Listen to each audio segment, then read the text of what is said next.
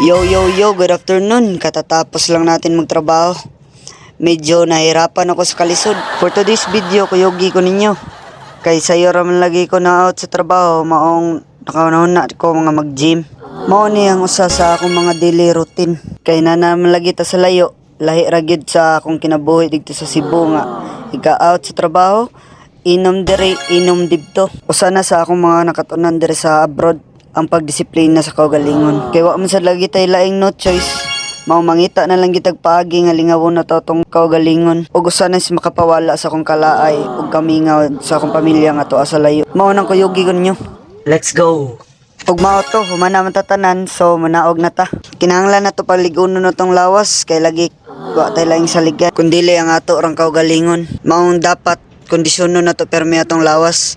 Aside sa para dili ta masakit, makapangandam para protektahan ang atong kaugalingon sa mga abusado nga tao. Para makasukol kung unsa manggali ang mahitabo. Pero permi na akong giampo sa Ginoo nga dili lang unta mahitabo. So mao to, nanata sa Paul area, nakita na ko ang mga Bengali nagduwa sa ilang games nga cricket.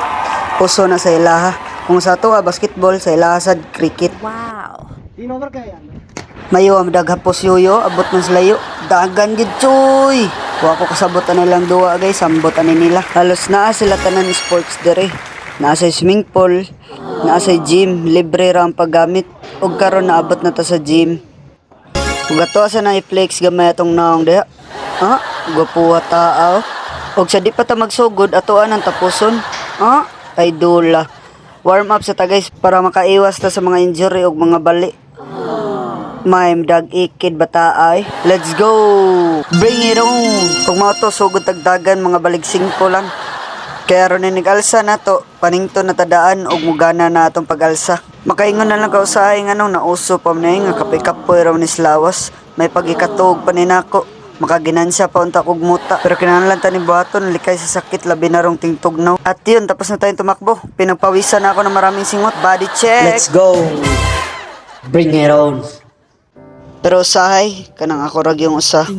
Digid kilikayan nga makanahon na ako sa akong mga anak, sa akong mga pamilya nga naa dito sa Pinas. Ang kami nga way sama. Lisod man, pero kinahanglan na to kayanon. Kay para ni nila tanan ang atong gibuhat. Ang ana, kalisod ang kinabuhi abroad. Kanang wa kay laing kaduulan, kasumbungan sa mga problema og mga gibati. Pero sige lang, padayon sa paningkamot.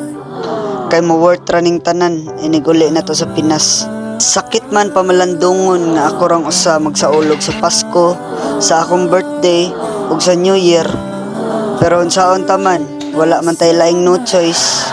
Mao nga sukol, kay way nagsugo. Mapasalamaton ra sa ko sa akong mga igsuon, labi na sa akong parents nga naagid sila andam masuporta kanako. Ug sa akong pares, sa akong mga anak nga maoy akong gikuag kusog aron makaya nin tanan. Kay bao kung sakto ka pero husto na. Inom sa tagtubig bi kay uhaw kayo. Ay na sig drama dia. Abroad bitaw ka. Sukol!